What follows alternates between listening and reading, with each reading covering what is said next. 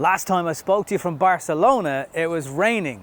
Today, about 3 weeks later, I'm in Barcelona and it's raining. But it's not about the weather today, it's about the beautiful Cupra Tavascan, which is finally unveiled. I can touch it, I can smell it, I can even drive it today.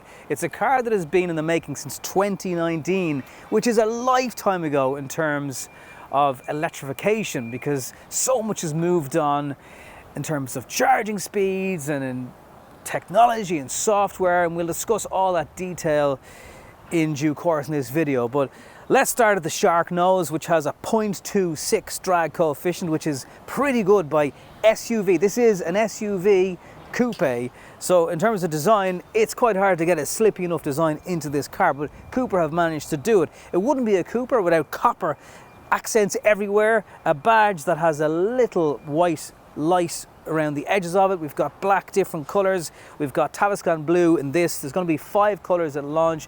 There is a couple of different copper matte finishes coming into next year.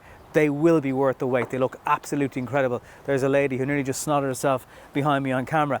Wheels, 19s, 20s, 21s. To be honest with you, I've seen the 19-inch today in a presentation. It needs the bigger wheels. Again, Cupra just kind of works with the copper inserts on the edge of them. Actually, good bit of rim protection on these, because hands up who's ever curbed a Cupra press car. Along the side, we've got still different mixes of black.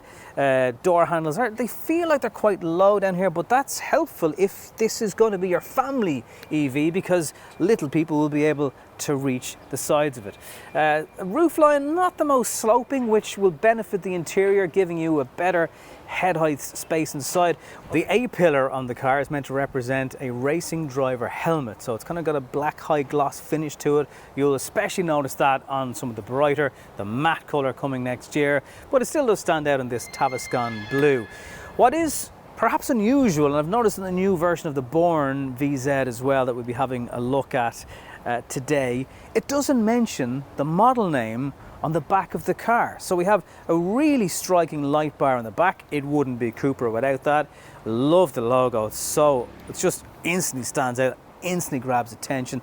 But instead of it saying Tavascan, maybe it just would be too long, too many letters, too busy looking, but instead just Cupra over the back. So the sloping roof, no particular boot spoiler or anything like that. We do have a bit of a lip going on here again, different color to the main body of the paint. So you look at this car and probably go, what the hell is that, in a good way.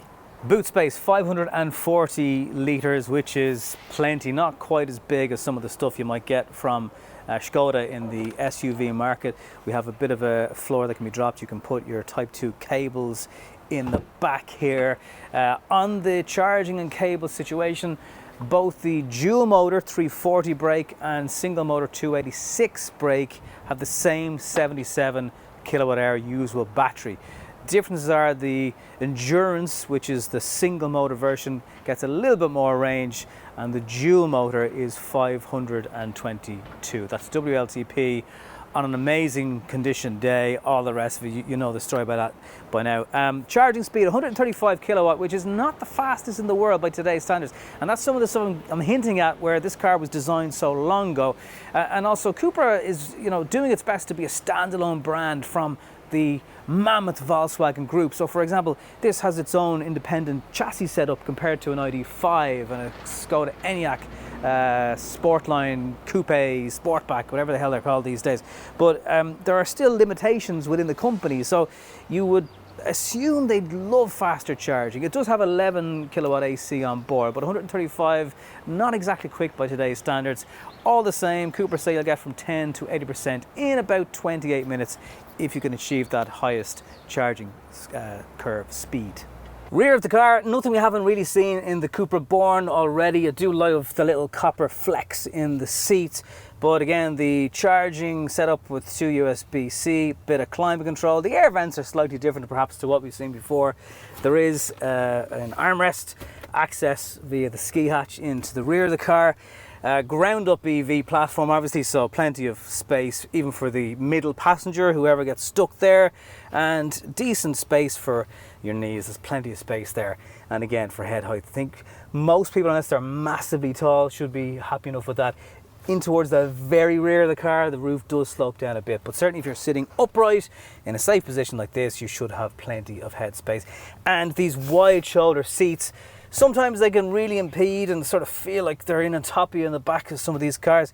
Not really the case in the Tavascan. There's still a good bit of space, definitely aided by this glass roof. Let's start with the spine, which has textures on it that remind me of a trout or some kind of heavy skinned fish. There's that kind of texture and finish to it, if I'm explaining that well. Does it encroach into the overall space? Well, perhaps a little bit. I mean, there's space under here, but there's no actual sort of storage area that you can fit things into there. We have one charging plate. A lot of the newer design cars, such as the new Superb and other products in the Volkswagen group, will have dual charging there. And again, maybe there are some of the issues that hark back to this car being something that was designed quite a few years ago at this stage. 15-inch screen. Again, if I'm being nitpicky, the platform that this software is on is something we've seen in cars for quite a long time. Did I expect to see a full, refreshed software house inside this car, like the new versions that are in the ID7, for example? I think I probably did. That said, look, it works, but I think for such a long-awaited model, for such a striking model on the inside, it would have been nice to see a new software that I didn't see in maybe a Seat back in 2018, for example. Do love the Cupra steering wheel, still getting haptic.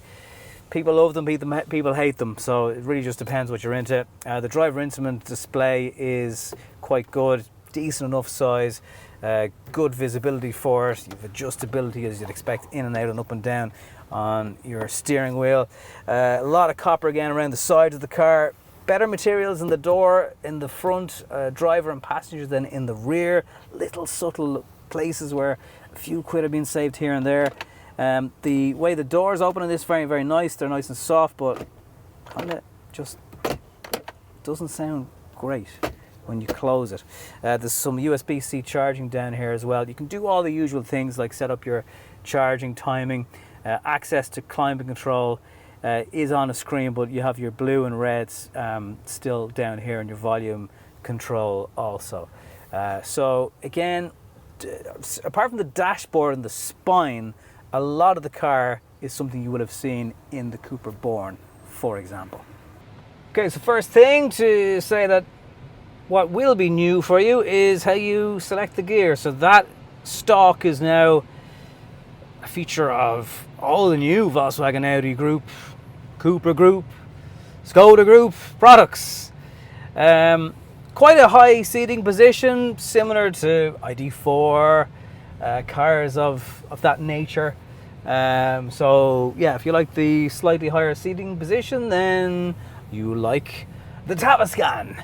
Performance test then, so flooring it, and it does feel straight line quick, but then you're reminded fairly quickly of the weight of the car as you go around bends, and you feel the chassis, albeit a different chassis, and you've got DCC, so you can set up how firm it is, how soft it is. That's all entirely up to you, but you do not get to escape physics, and almost 2.3 ton is always almost 2.3 ton. Indications on the last people who've been driving the car, I suppose, put it at 19.4 kilowatt hours per 100 kilometers. For a 340 brake horsepower version of a car, I don't know if that's really that bad, to be honest. 19.4, yeah, I mean, you'd like to see it better, but also many different people driving this car. I need to get it for a week to give you a proper evaluation of how efficient or not the car may be. So again, that there is a shove into the back as you accelerate, there's no doubt, and it does feel, perhaps, you know, they've done little tweaks to make it handle better than you might expect it to do for the sheer size of the car, because, you know, it does weigh a lot, but body roll is better than you might expect it to be.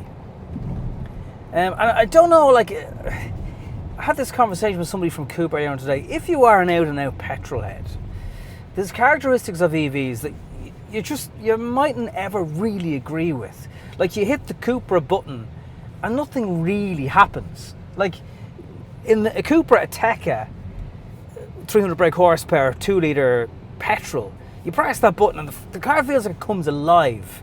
Whereas you press Cupra button in this car, the acceleration gets a little bit more urgent. That's it. There's no engine noise to talk to you about it. You know, like, so there are things that, and the decision was obviously made not to include an augmented engine noise. To be honest with you, it's not something I'd say I regularly use myself when I'm driving. But I suppose we've been brought up on Cupra having a little bit of a sportier nature to them. And is that something that's just harder to inject into an EV? Perhaps it is. And we need to get our heads around different aspects of more spaciousness, more use of the interior because there's no transmission tunnel. But that kind of goes against your fibre then if you are a petrol head. You're like, you miss the sense of driving. So this car looks amazing, but just doesn't necessarily have the overall performance package driving wise to back it up. And perhaps that's the part that us petrol heads need to accept. But the levels of grip are really great, actually. Like, you're not wanting for power.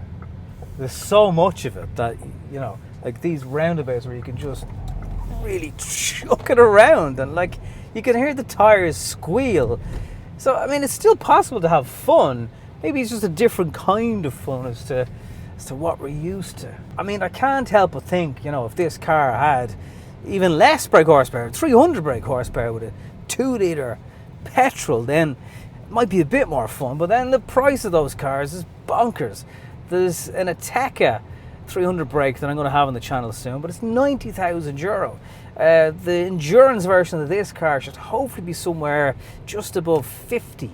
That's where it's going to have to live. I mean, I don't have official prices yet, but you've got to look at the other competition, even in-house. And Cupra are going to have to compete with that if they want to sell. And the Born has been really successful for them. Massive sales, one of the best performing brands now in the entire group. So the pressure will be on in this car, and one of the ways you can alleviate that pressure is by having it sensibly priced. Whether they will or not, I don't know. It is Ireland after all. So the steering is light, but there's a weight to it as well. I mean, you get the sense that they've done what they can with what they're able to do, if that makes sense. So you're limited by your powertrain is in so many other cars. I mean, yes, it's commendable that they've their own chassis set up to a point going on in this car, although it's still part of the MEB platform. It does feel sporty when you look around. It's coppers everywhere. It's literally seeing coppers. There's so many specks of copper everywhere. So it really is a car that, you know, if it was a beautiful woman, you'd be like, that is gorgeous. But then you get to know her and you might pick a few flaws, as I'm sure she could do to us. Don't get me wrong. But yeah, it's definitely stylish. Could it be just that little bit sharper to drive? There is something unique about the Cupra Born. What it is, not quite sure. Again, it's the same car as the Audi 3, but they've just managed to eject a bit of Cupra magic into that car, and I think they've just fallen a little bit short on the magic stakes in the Tavascan, although it really does enjoy roundabouts. When you get that power down, it's very, very quick to get going. No doubt about it. I just miss the engine noise. I miss that Cupra button actually making me feel a little bit scared. I think that's what the Tavascan just needs to make you feel a bit more scared than it does, if that makes sense. But as a looks vehicle, spot on. To sum up, the Tavascan really is a striking looking car. If it's something that you want to buy because it looks great, then it is potentially the car for you. It's when you dig down underneath the surface and you look at the weight of a 2.3 ton, 135 kilowatt charging.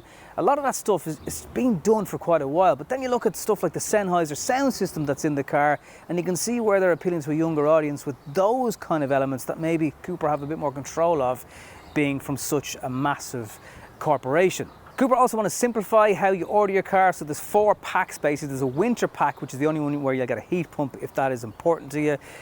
You also have immersive, adrenaline and extreme. Idea is you pick a pack, you pick a colour and you pick your wheels, and it will speed up delivery time for you getting your hands on the car. If you're ordering it in left-hand drive, you can do that from June. Right-hand drive will be July, and expected deliveries at the end of the summer. Don't have a price, which is so often the case, particularly when you're getting early access, although it's not that early access to this car at this stage, but we'll have to wait and see where the price particularly comes in at the dual motor, which some people might want for the extra 50-ish brake horsepower in terms of performance. So look, it looks good. Is it a bit of old style without a little bit of substance underneath? Perhaps it is, but I think Cupra have done a great job of making another SUV on the roads certainly unique. And for that reason, it's worth your consideration. Thank you very much for watching. Here from rainy Barcelona. I'll talk to you in the next one.